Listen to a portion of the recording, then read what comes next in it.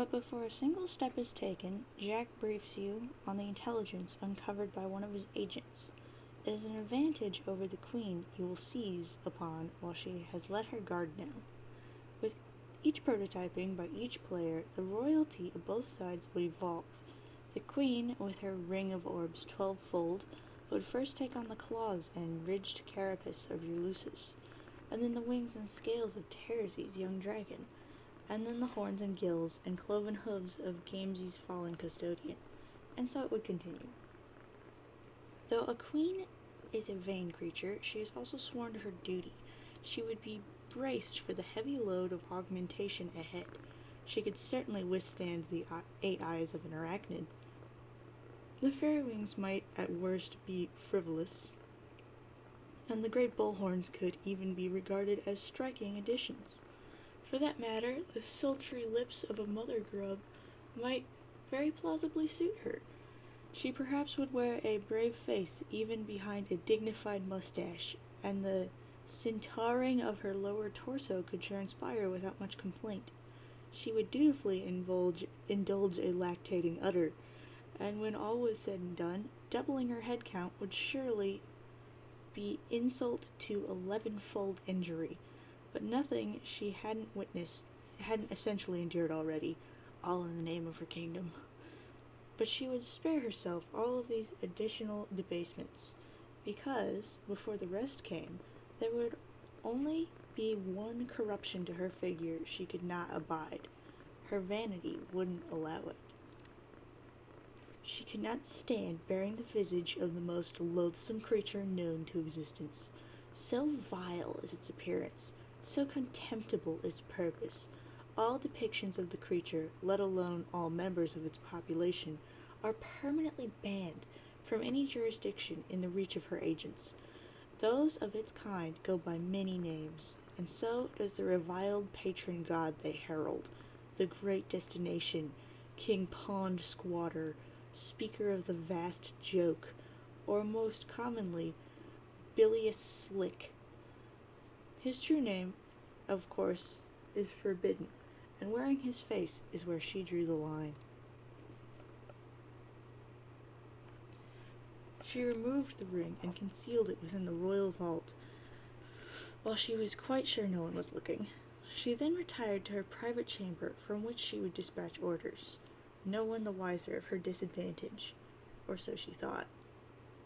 Red Team, execute Operation Regisurp.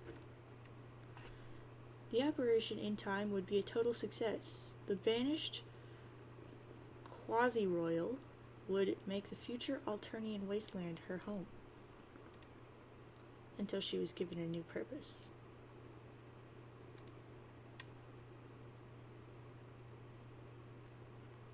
But at the onset, you would know nothing about the Queen's aversion to an amphibious likeness, or about her orb's 12-fold, or any such details.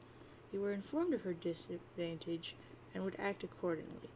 You and your red teammates would work to dethrone the Queen in your session, where the blue team members would take on the entirely separate set of royal adversaries in their own sessions. This was to be a competition, after all, or so you thought. You would begin to notice a strange pattern. The blue team's prototypings would affect the mutations in your session's underlings, and your prototypings would affect theirs. Though the signs pointed to 2 distinct sessions, 2 sets of mystic ruins, 2 opposing teams, 2 separate chains of connected players, this is all misleading. You were joining a particularly unusual bifurcated session, meant from the start to receive all 12 players through 2 separate connection chains. A session with one Skaya about which 12 players would circle, with 1 army of dark and 1 light, with 1 pair of kings and 1 pair of queens, and with 1 cantankerous archagent and his typical disdain for authority. It wouldn't be until later in the session, when the full chain was nearly closed, and you would realize the truth. The truth was, it had always been the same session all along. that your teams were not competing, but cooperating towards a common goal. In the more drawn-out form of this adventure's narrative, figuring this out would have been a huge deal. We would have been completely blown away by this stunning revelation. Wow, same session all along? Really? Huh. But since we've decided to engage this epic in shorthand, you must insist that we continue with this expository interlude.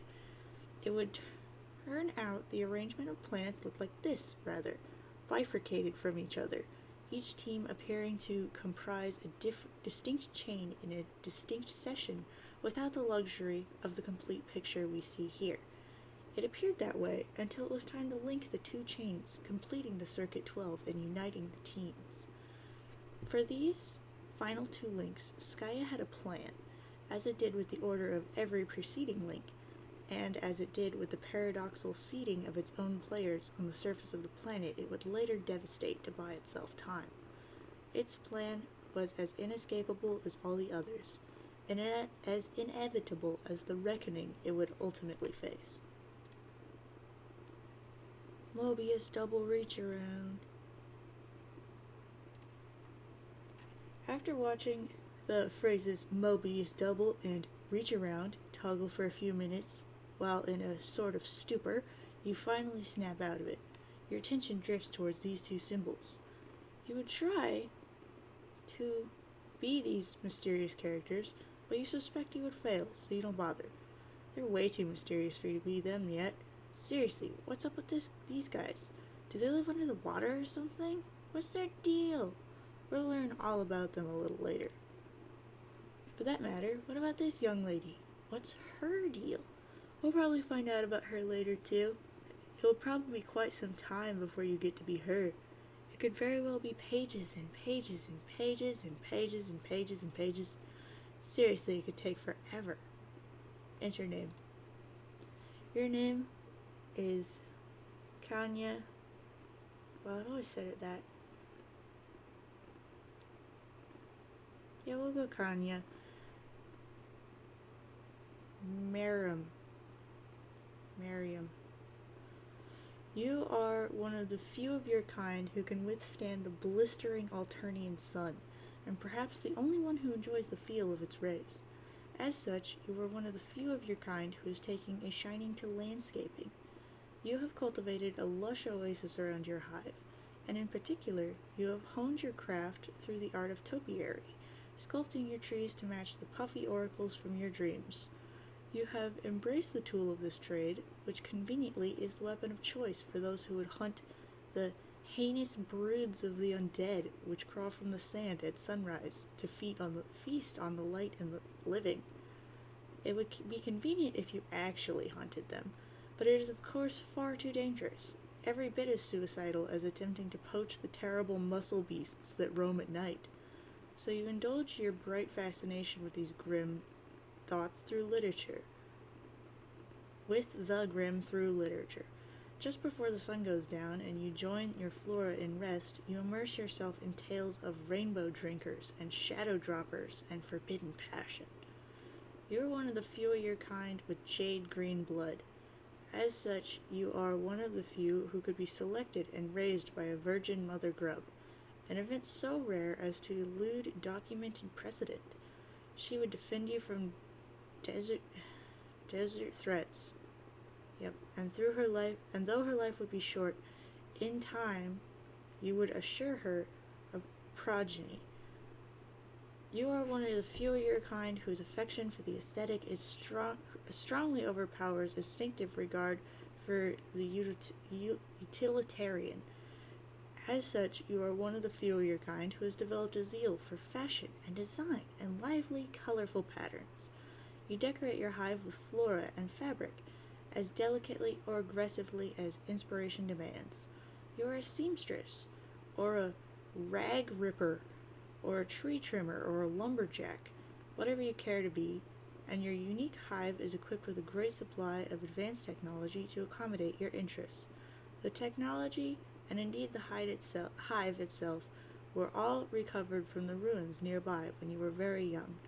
The seed of your hive was deployed on the volcanic rocks beneath the sand with the assistance of your Lucis and her remarkable burrowing skills, and you have lived there happily together ever since. You know the ruins and the hive and everything here that is not sand and rock originated from the world of your dreams. You also know that one day you will visit this world while you are awake. That day is today. Your troll tag is Grim Auxiliatrix, and you tend to enunciate each word you speak very clearly and carefully. What will you do? Kanya. Kanya? Okay. We gotta... I acknowledge there's another A, but I've always said Kanya in my head. Equip chainsaw. What chainsaw? You're quite certain there is no chainsaw leaning on that bookshelf? There is, however, a tube of lipstick on the floor. Kanya, fine, equip that then. Alright, let's settle down, no need to get hysterical. Oh, there goes your wardrobe fire again. Never a dull moment in fashion when the randomized cycle is on. Kanya, apply. You can choose between your trademark jade or black, even though a troll's lips are naturally black. But they can always be blacker, and a lady with a true sense of style knows this. In any case, you think you'll mix things up and go with green for a while. Kenya, answer Cece, who is cuttlefish color and time being magenta, who says hello. And Kenya says, hey. Magenta says, Kenya, hi. Glub, glub, glub, glub, glub. Little smiley face with, I think, a crown on. Kenya says, you seem more excited than usual, or less. I can't tell. Help me without saying glub. Glub, glub, glub, glub, glub, glub. I'm going to type this face now. Question mark mouth. Even though no one knows how to make a mouth do a question shape like that. Haha, sorry. I can't really control the glubs. Yes, you can. But that's fine. You can glub to the content of your collapsing and expanding bladder-based aquatic vascular system, if it means you're excited about something. I am excited. Okay, why? Everything we are about to do next is exciting. It's always exciting. I'm excited! Phew! It looks like one of your letters got away from you. Haha, yeah, I really launched that one. You forked an innocent D loitering over there by the shout pole minding its own business. Hee hee, glub glub glub. Hey, let's stop being stupid for a minute. Yeah, sure. I'm just worked up about this game. It will be great. I've been waiting for a long time to get started. We all have. I thought so. I have been cloaked in a mood of perpetual anticipation for some time as well. We should compare notes, even though we're on different teams. Well, not really. Really? See, this is why we should be comparing notes, shock-faced with crown on. What notes would you like to submit for comparison? Well, I'm gonna have to join my team pretty late. I think I have to. I'll need to connect after my goofball Morale does so I can keep my goggles on his nefarious escapades. It's a tough job, but it's important. Everyone has an important job to do.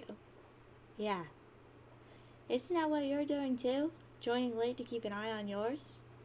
I don't know for a fact that she is mine. Haha, you're not supposed to know for a fact, dummy. You just do what you think is right, and even if you were wrong, the worst that happened was you helped somebody and helped the whole world too. I know, but what if I don't really want her to be that? Glub, glub, glub, glub, shrug. Yeah, glub, glub, shrug is the right attitude, I think. Our minds are already made up anyway, aren't they? Yes, probably. Your clouds tell you everything, so what do you even have to worry about? They don't tell me everything. Just as I'm sure she doesn't whisper everything to you. That's true.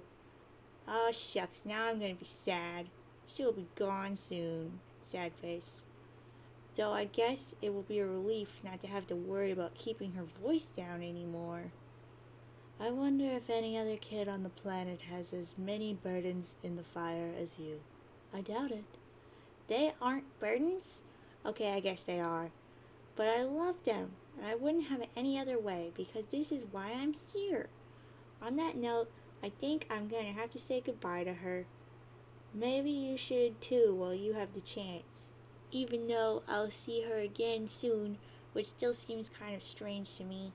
But that's why this is all so exciting. Kanya, bye!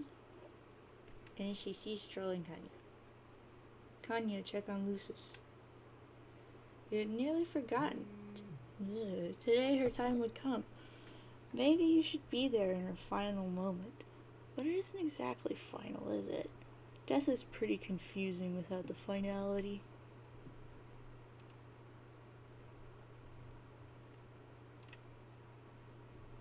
It's too late. You better change back into your work clothes. No point in getting a good dress dirty. Kanya, go downstairs. She brought you this far. Now to live up to your end of the bargain. Kanya, operate.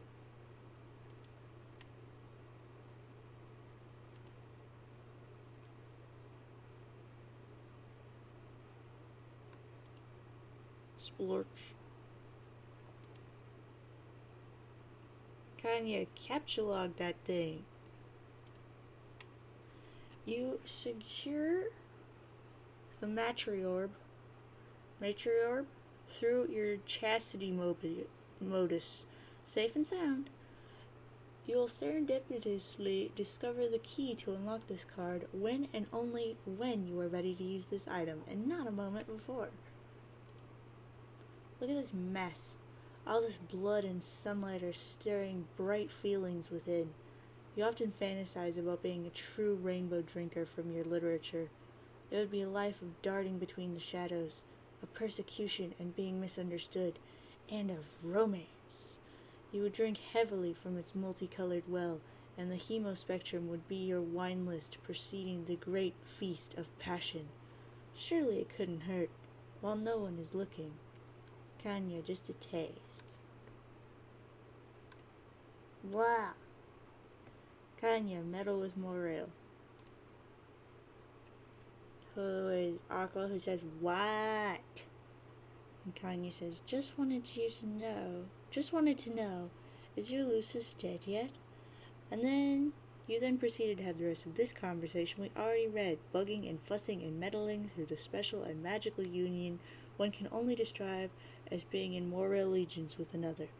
At least, you guess that's how you would describe it. Maybe. Troll romance sure is confusing.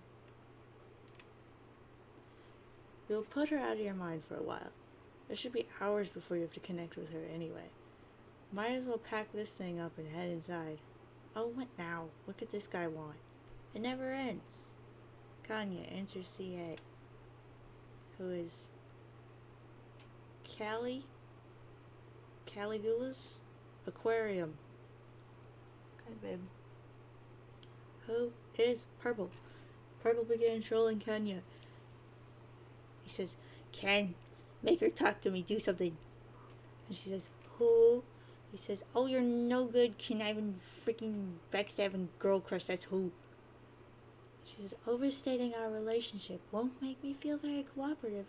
It's paler red than that, okay? Psh, that's a freaking laughing, you know what everyone does. So help me out and tell her to talk to me. I think she blocked me. You got to. Why do I got to? I don't got to, and every time you take my help for granted, I feel like I got to a little less. Whatever. You are so the village two-wheel device when it comes to hospitizing. You can't let a grudge go, and you won't stick to your busy stem betwixt. So get with the program, Fussy Fangs. If your slander weren't so predictable, I'd block you too for saying that. Has it occurred to you that she may have blocked you because you are very overbearing? I just said that aloud now in your silly accent and had a private moment of enjoyment. Who gives a crap why she blocked me or about my freaking manners? Come on, you've got away with her. I figure you're going to ostracize any two brine suckers if who sneer at each other a funny way. You might as well make it official and be ours, right? Your black salutation just seems really indecent. What do you want from her anyway? She made me some prior arrangement. She will deliver it when we meet in this game, but I don't know what the logistics are yet. I'm trying to connect with her, but she's blowing me off again. Fickle, dirt scraping land hag. What is it? Ken? Stupid, what do you think? It's a freaking gizmo to blow up the world or something. Okay, well, not that, obviously, but something that'll kill all the land dwellers. What else would I be after? Can you just for a moment entertain the thoughts of one untouched by megalomaniacal derangement and tell me why I'd want to assist you with that? Well, I'm not gonna very well kill you, am I? That would be freaking unconscionable. What kind of friend would I be? Also speculate for a moment that self-preservation might not be what would sway my decision. Yeah, go ahead and kiss us off, but there'll be blood on your hands. You could either play along as our auspicious, and do a little mediating like you were freaking hatched to, or watch she and me devolve into freaking full-fledged kiss-me-sisses, the kind like you don't get 1 in 10,000 sweeps. Thank you.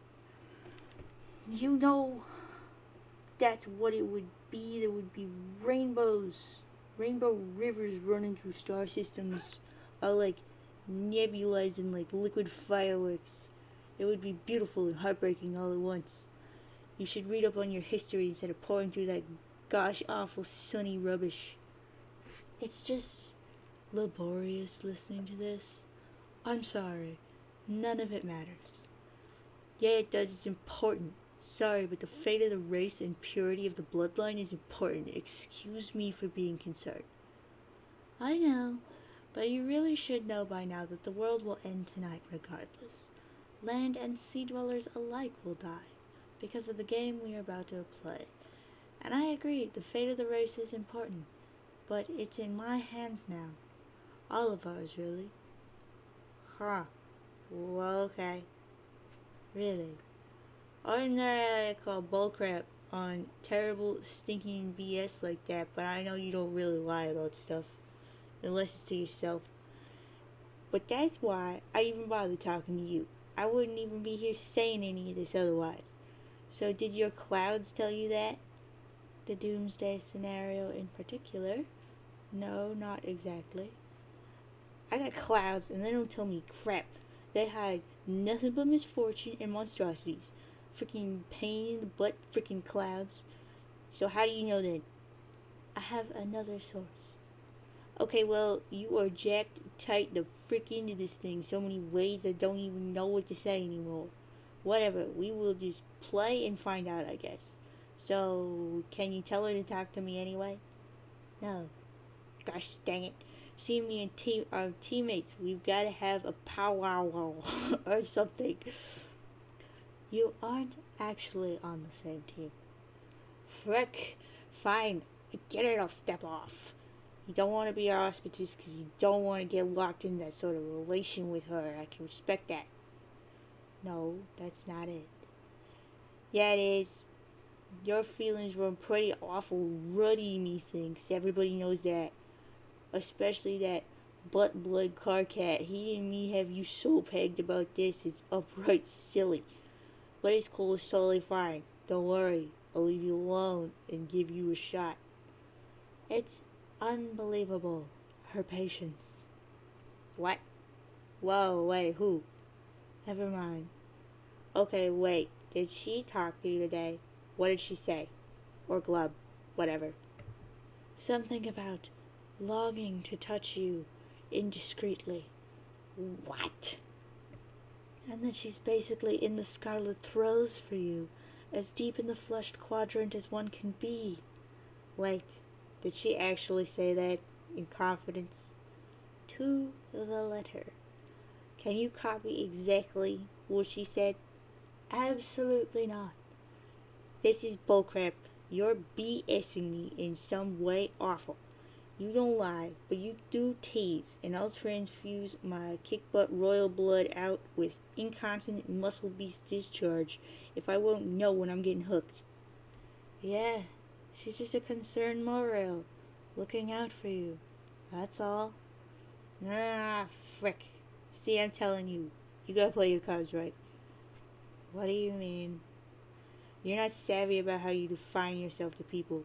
You can just splash into the morale zone, and which way, before you know which way's upward. Oh, kinda hard. What? Being a kid and growing up, it's hard and nobody understands. He sees trolling Kenya. Kenya, return to room. There's a lot to do before you enter. There'll be a lot of people to talk to and help along the way. No, not meddle with or mediate. Help, dang it. You're very helpful. You have a lot of inside information on what you and your co-players are about to face. You're jacked tight the frick into this thing in so many ways we don't know what to say anymore. And it's not just cloud visions either. You have another source. Kenya, consult source.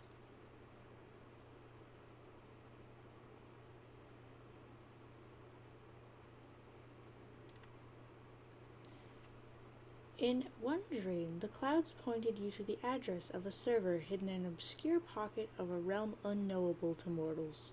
It contains a journal written by a young member of an alien species. She has documented her experience playing the game you're about to play.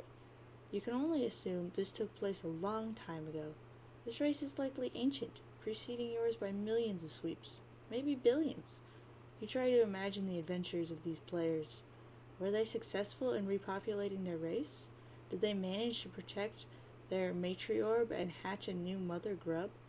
Could they hold it together, or were they torn apart by the complex social dynamics, the mate spiritships, and the moral allegiances, and the auspicisms, and the chemicissitudes that will surely plague your group along the way? You have little doubt they succeeded with flying colors. You have little doubt their victory was because of their leader, the great heroine, the tentacle therapist. From what she recorded, it seems the group had very little knowledge of what they were getting into, and yet they appear to have been the only of their kind to have risen to the challenge in a session stacked heavily against them. You are convinced her leadership was the difference. It would be nice to have the chance to talk to her. Alas, she's likely been dead for millennia. Only the incomplete record of a long-forgotten quest remains. On one hand, if you were to discover her quest ended in failure, it might be somewhat disillusioning, but that thought never crossed your mind. Tavros, Ender. Oh, on the other hand, not one hand, but whatever.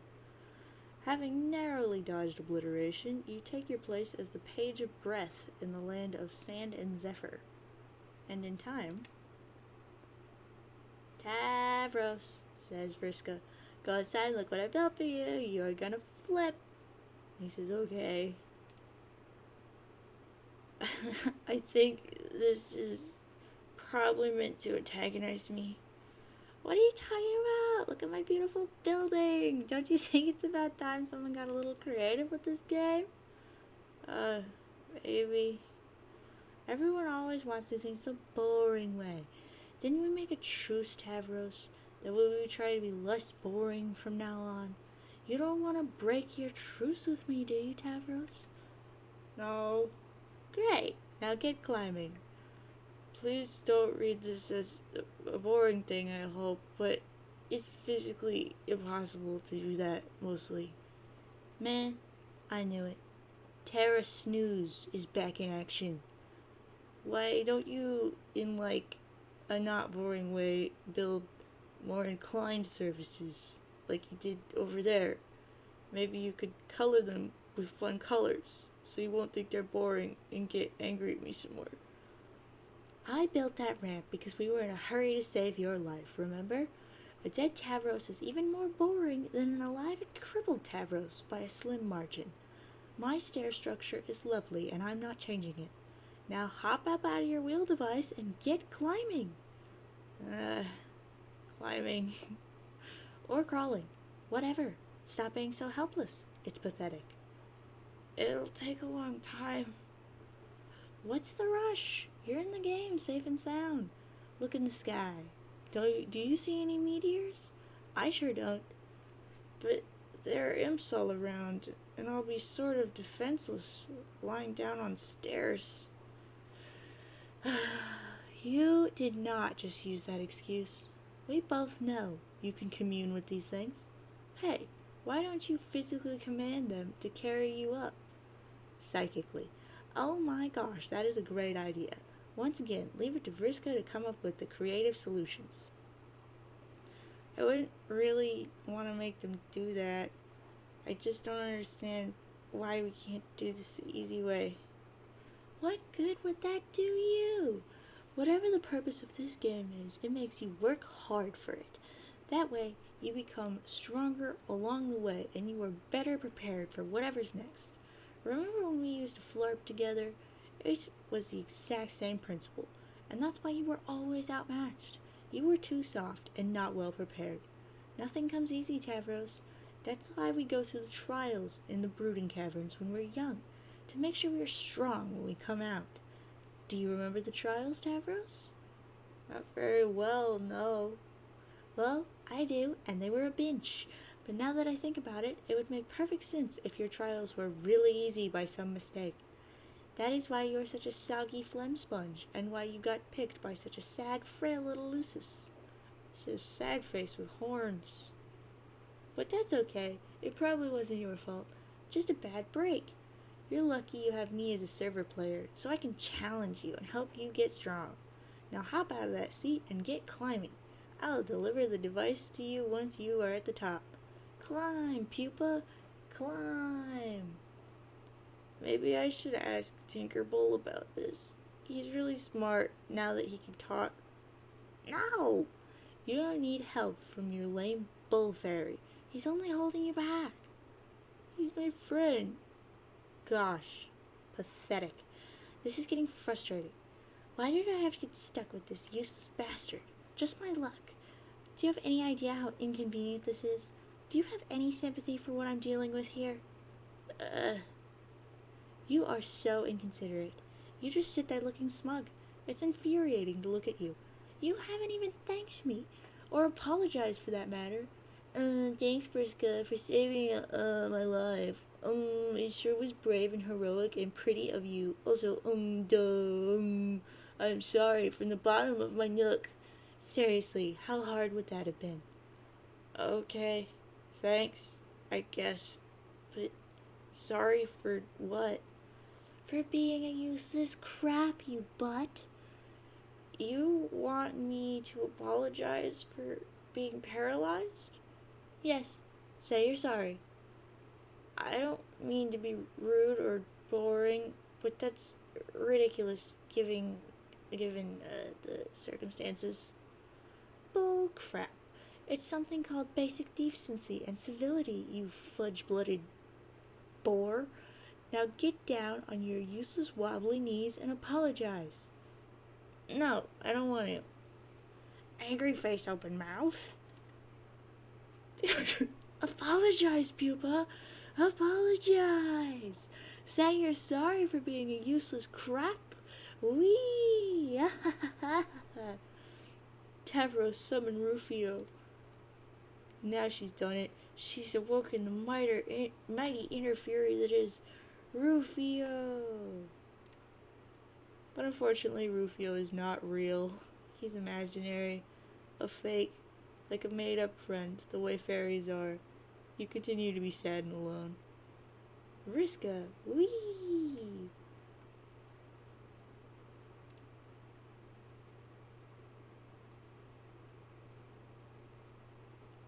Bump.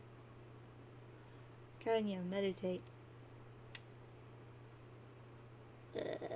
Vriska says, hey, what's your deal?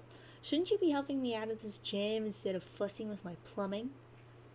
And Kanye says, I'm just presenting a floating reminder that Tavros will need plenty of inclined surfaces for his ascent. That's silly. I made so many ramps you wouldn't even believe it. I specifically decided I wanted to build something ugly and boring, and now it's the land of ramps and yawns. He reported otherwise. That lousy snitch. Maybe I should take his computer away so he can't go crying to Fussy Fangs anymore. Maybe I should upend this load gaper over your head. No, don't. I'm still learning the interface. It could happen accidentally at any moment. I'm only trying to help him, Sadface 8 Eyes. Think of another way to help. Fine, I'll do something nice. I have an idea. I'll be right back. And for the record, I was going to do this anyway. I was just trying to make him a better player first. Okay.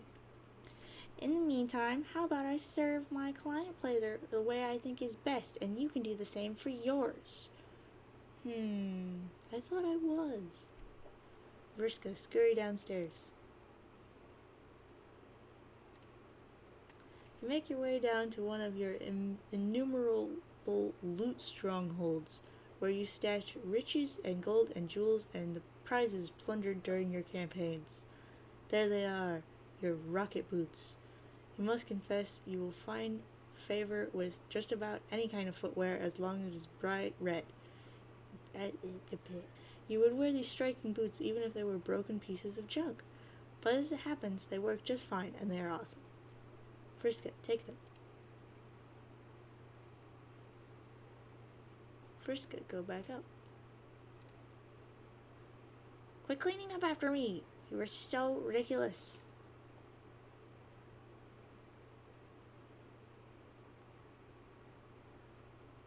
Vriska, get code. Shake, shake, shake, shake.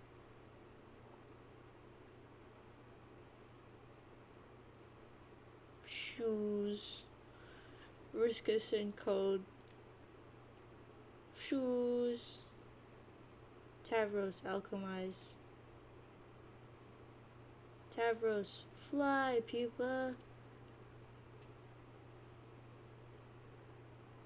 Fly. And again in time.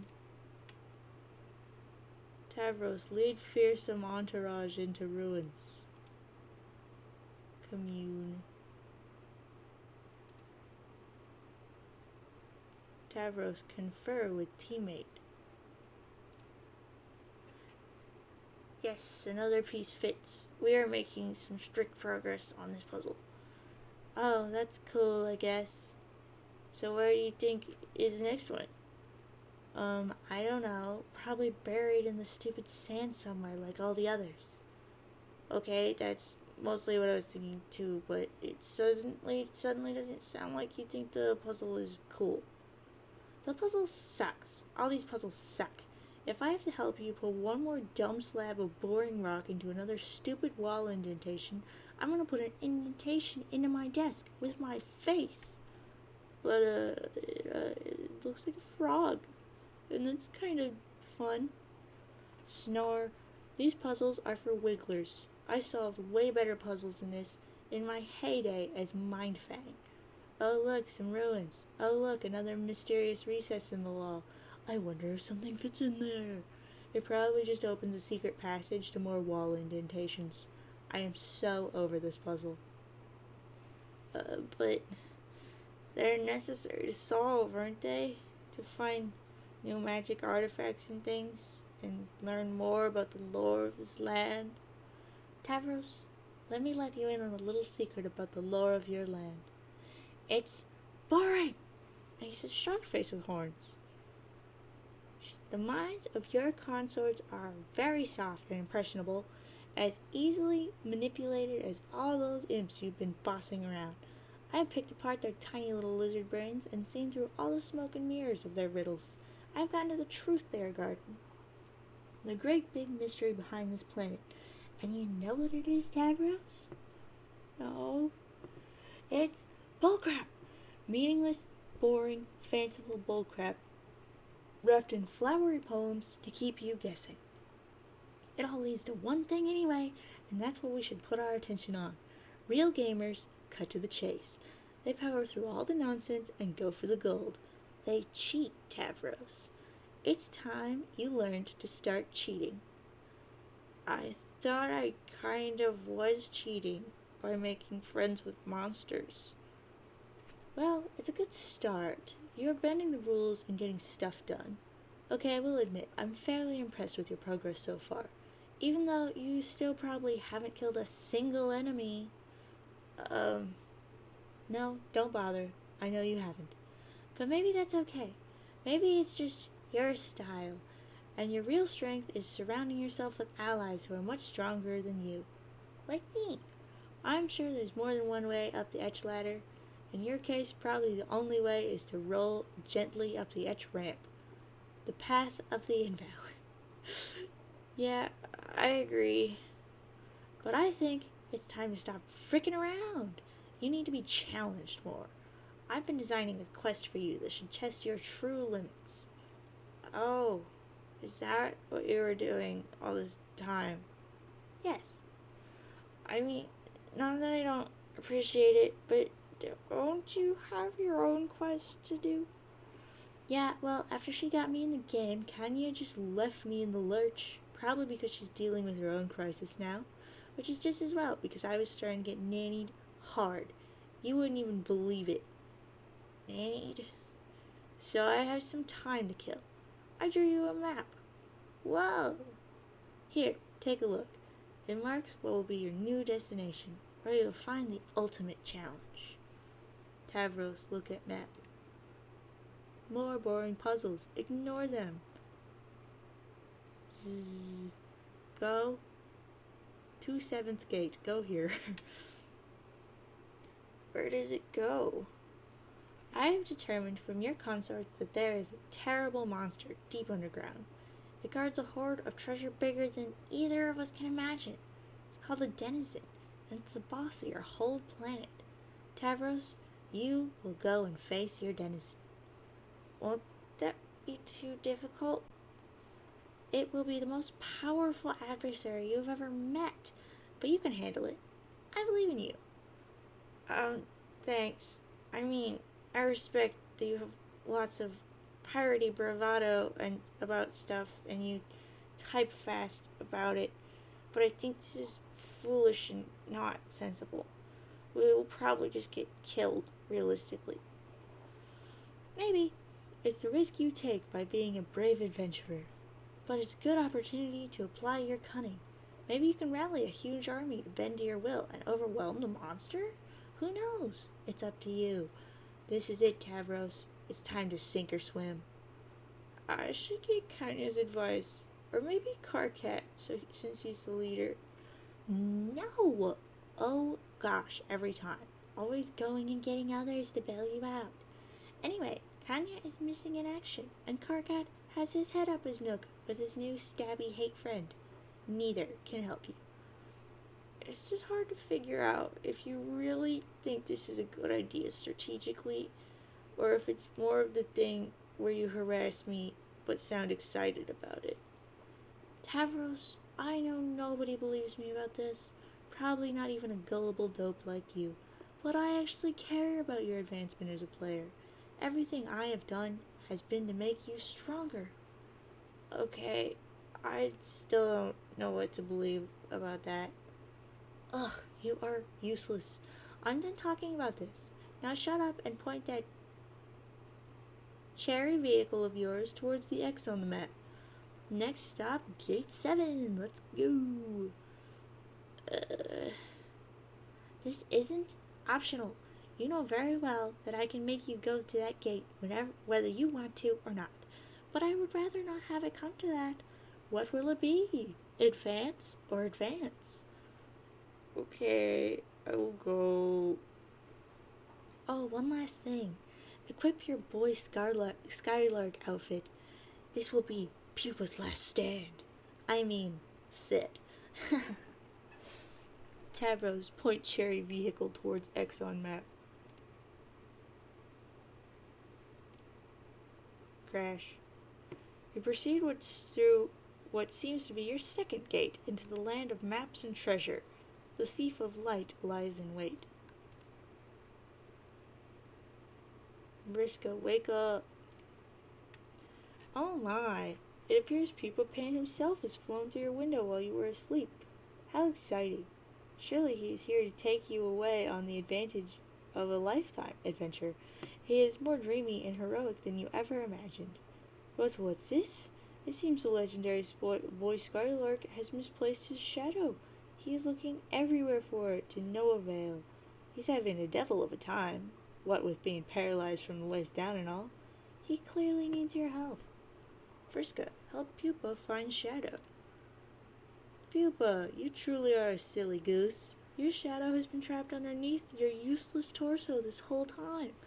Honestly, where else would it be, you stupid sack of crap? Of course, the secret of reuniting with your shadow is to get up and walk around, and play and dance and frolic. Your shadow will surely join in your gaiety, but it appears Pupa has lost the use of his legs. There'll be no frolicking in this young man's future, sad face with 8 eyes. Unless... Vriska, apply special stardust. Poof!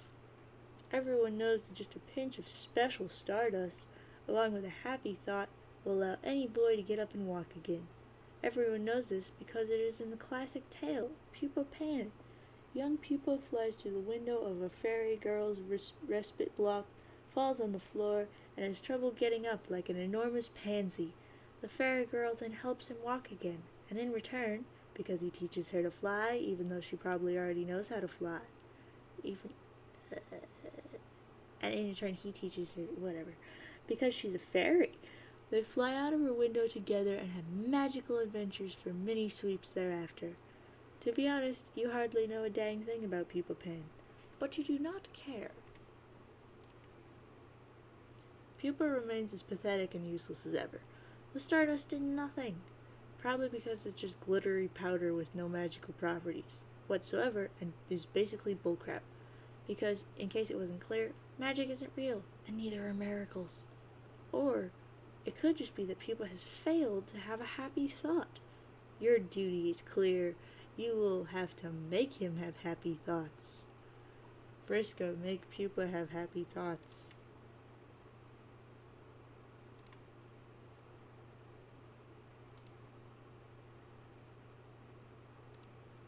Dump. Manipulate.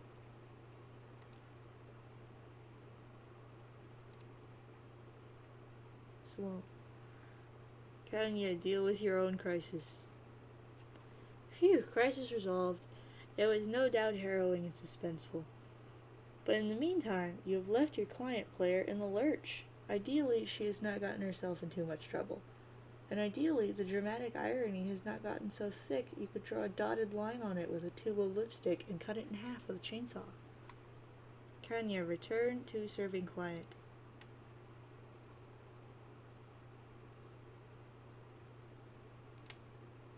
So that's why she had you make this dress for her? And you went along with it like a sucker. Ah, you're such an idiot. There, sweetheart, says Mother Sprite. Kanya, it's hard. Being a kid and growing up. It's hard and nobody understands. Try to understand. The problem is that when a subject of troll romance is broached, our sparing human intellects instantly assume the most ingratiating posture of surrender imaginable, but we will do our best to understand regardless. Humans have only one form of romance, and though we consider it a complicated subject, spanning a wide range of emotions, social conventions, and implications for reproduction, it is ultimately a superficial slice of what trolls consider the full body of romantic experience. Our concept of romance, in spite of its capacity to fill our art and literature and to rule our individual destinies like little else, is still just that, a single linear concept, a concept usually denoted by a single symbol. It is a heart. Troll romance is more complicated than that. Troll romance needs 4 symbols.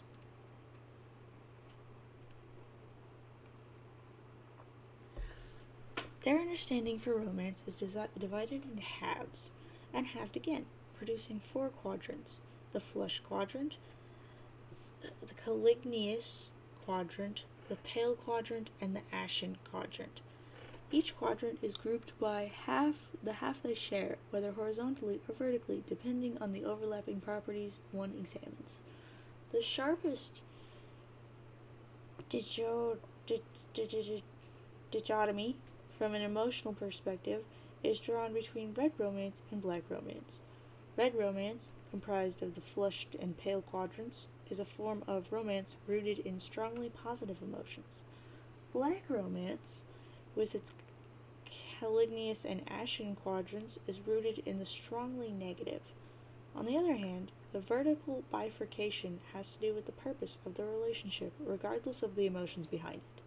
Those quadrants which are concupiscent, the flushed and caligneous, have to do with facilitating the elaborate reproductive cycle of trolls. Those who are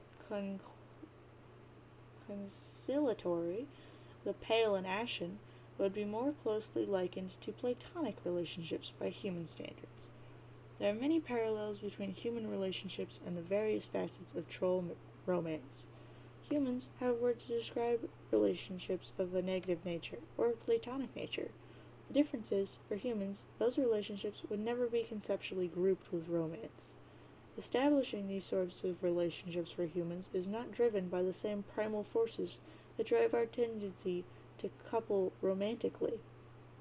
But for trolls, those primal forces involve themselves in the full palette of these relationships, red or black, torrid or friendly. Trolls typically feel strongly compelled to find balance in each quadrant and seek gratifying relationships that each describes. The challenge is particularly torturous for young trolls, who must reconcile the wide range of contradictory emotions associated with this matrix, while understanding the nature of their various romantic urges for the first time. Of course, young humans have this challenge too, but for trolls, the challenge is fourfold. Examine flushed quadrant. When 2 individuals find themselves in the flushed quadrant together, they are said to be mate spirits. Mate spiritship is the closest parallel to the human concept of romance trolls have. It plays a role in the troll's reproductive cycle, just as it does for humans. This is pretty obvious. Not much more needs to be said about this. Moving right along. Examine caligneous quadrant. When a pair of adversaries delve into this quadrant, they become each other's kismesis. As one of the concupiscent quadrants, it plays a role in procreation as well. There's no particularly good human translation for this concept. The closest would be an especially potent arch-rivalry. For instance, human players would never be able to adequately diagnose the relationship between the queen and her archagent, but troll players could immediately place it as a dead ringleader for kismicitude. They would think we were all pretty stupid for not getting it, and they would be right.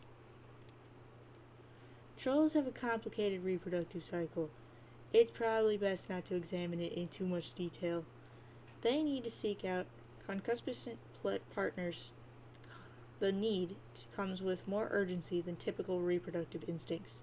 When the Imperial drone comes knocking, you had better be able to supply genetic material into each of his filial pails. If you have nothing to offer, he will kill you without hesitation. The genetic material, without going into too much detail, is a combinative genetic mix from the mate spirit and kismesis pairs, respectively.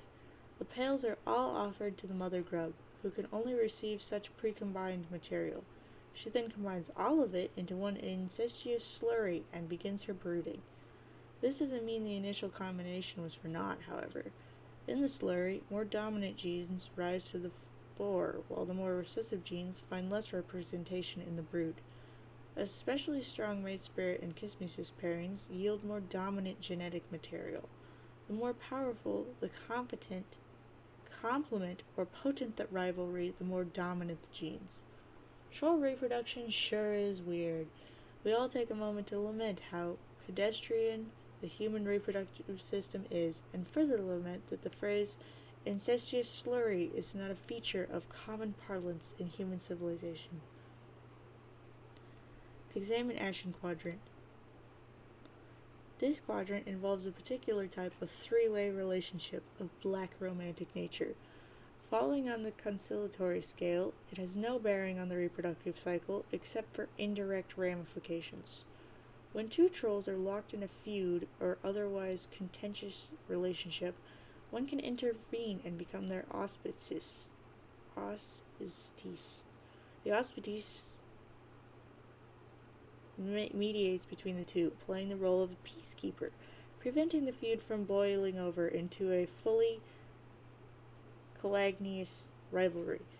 Since such lesser feuds are quite common among trolls, there's a significant need for auspicizing parties.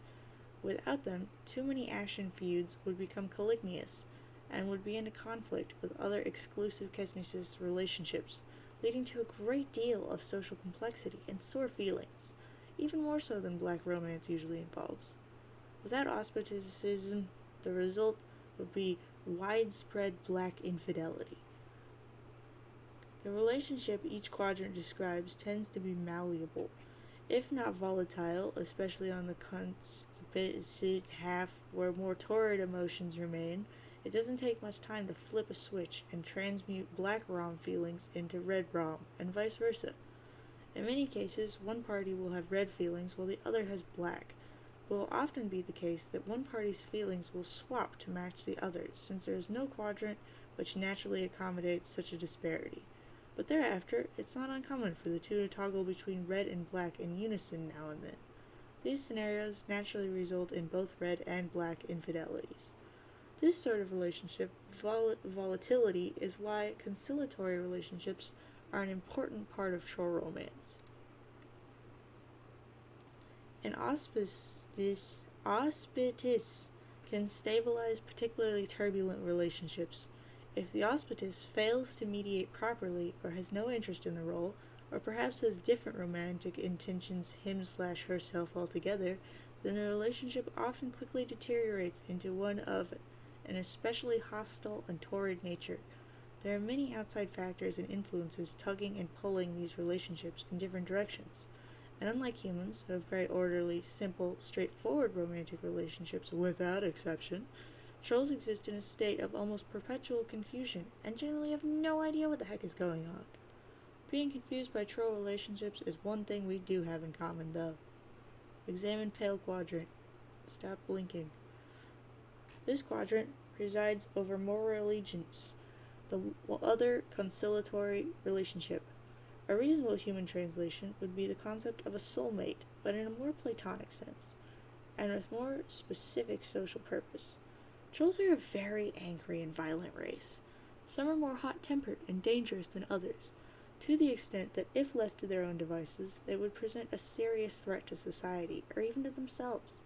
Such trolls will have an instinctive pale attraction to a more even-tempered troll, who may become their morail. The morail is obliged to pacify the other, to function as their better half. The two partners in a strong pale relationship will serve to balance and complement each other's emotional profiles, and thus allow their other relationships to be more successful.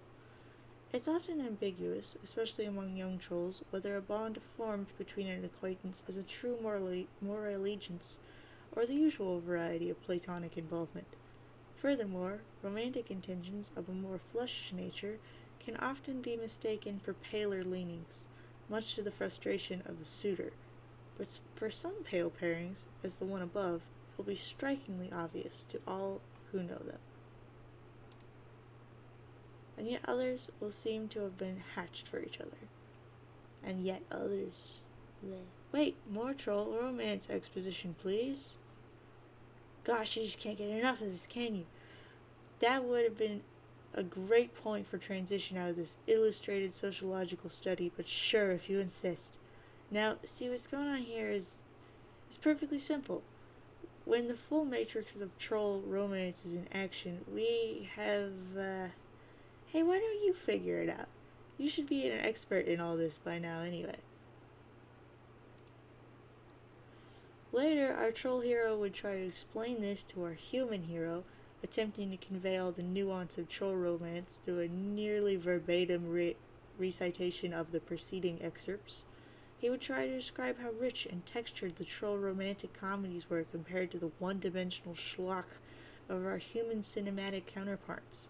He would barely scratch the surface of troll Will Smith's virtuosi with the delicate lattice of troll romance, as he would assist the bumbling, fudge-blooded troll Kevin James through the interwoven minefield briar patch of red rom and black rom entanglements, all while sifting through his own prickly romantic situation and ultimately learning the true meaning of hate and pity. But would they succeed before the Imperial drone came knocking with his thirsty pails at the ready? Yes, they would. But John didn't understand any of this because he's a moron, and he wouldn't shut up about his awful bullcrap Earth movies. He'd just go on and on and on about that garbage. But if there was one theme to be hammered through his thick skull, it would be the troll's cultural preoccupation with romantic destiny. Yes, the romantic landscape is rife with false starts and miscues and infidelities, red and black. But every troll believes strongly that each quadrant holds one and only one true pairing for them, and it's just a matter of time before the grid is filled with auspicious matchups through the mysterious channels of troll serendipity. In short, their belief is that for each quadrant exists a pair or triad of trolls somewhere in the cosmos that were made for each other. Wow, another great transition. You wonder if it will stick this time. You have no choice but to take a stab at the extremely rare and dangerous ×2 transition combo. Attempt ×2 transition combo. Looks like it worked. So who is this guy anyway? Enter name. Your name is Eridan Amphora. Eridan, do something awesome.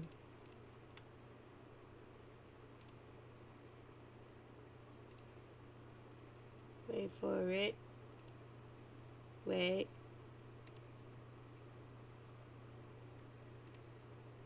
Well, there she blows. Swoop.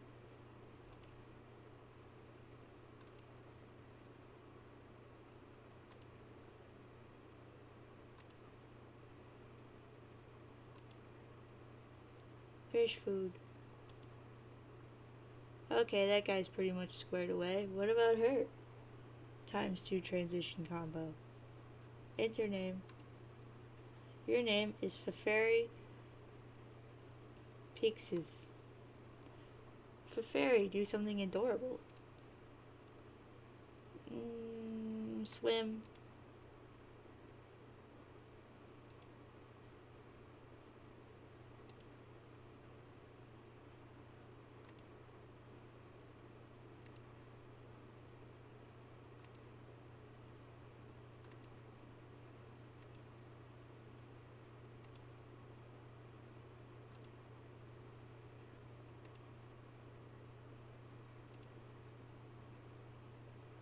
Fairy, go home.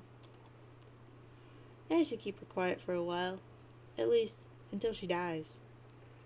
Eridan, go home. That should keep her happy for a while, and make a freshly orphaned troll somewhere pretty sad.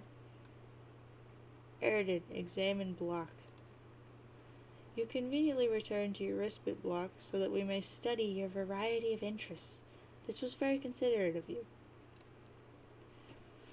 Flowing through your veins is nearly the richest blood on the hemospectrum has to offer, penultimate on the scale. As such, you're a sea dweller, a sub-race of troll distinct from the commoners by mutation and habitat, a caste which rules over the entire species. But ruling, in your view, is not enough. You have an overpowering genocide complex and made it your sworn duty to kill all land dwellers. You have amassed resources and deadly weaponry from all around the world for this ambition, through many sweeps of extreme role-playing, while pursuing a working doomsday device which will bring Armageddon to all those on the surface. Haven't had much luck with that, but maybe tonight's your night. You hold a fascination for military history and legendary conquerors.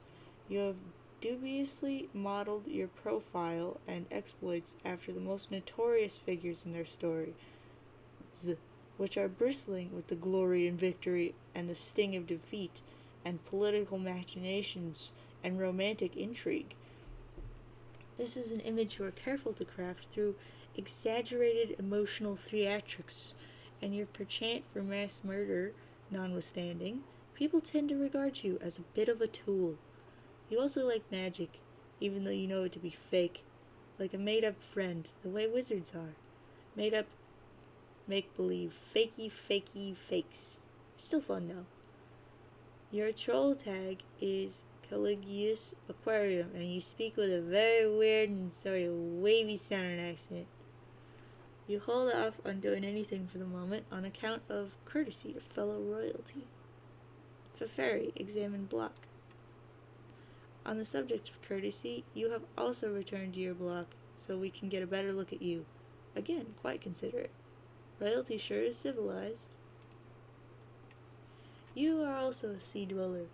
You have the most noble blood possible, the only of your kind known to possess it, and the only to share it with Glibblurb, a deep sea monster also known as the Rift's Carbuncle, emissary to the horror terrors, or in more hushed tones, speaker of the vast glub. This makes you the heir apparent for Alternian rulership, which ordinarily would place you in considerable jeopardy. Her imperious condescension would steer the flagship from the fleet and make an attempt on your life herself, if not for the protection of your monstrous Lucis. And if not forewarned of your race's extinction by the whispers of that Lucis, you would have big plans for the throne. All the plans. All of them. Hi, babe. You would redefine what it means to be culled in troll society. Under your rule, it would mean caring for the unfit and infirm rather than exterminating them. And you would put this idea into practice by culling the fauna of the deep. You tend to the wild and beautiful aquatic hoof beasts, grooming and feeding them daily. You also capture and cage cuttlefish by the thousands for their own good, and also because they are funny and colorful and you love them. They often swim through the bars of their cages, but that is fine. You run your whole palace as a sort of wildlife adoption facility, even if the wildlife's need for care is dubious at best, and the practice really just amounts to an elaborate role-playing scenario. It's still fun though. You would also look forward to using your reign to unite the two races. You were told you would do this one day by your Lucis, even if it does contradict her message of extinction. Oh well, you suppose not all prophecies can come true.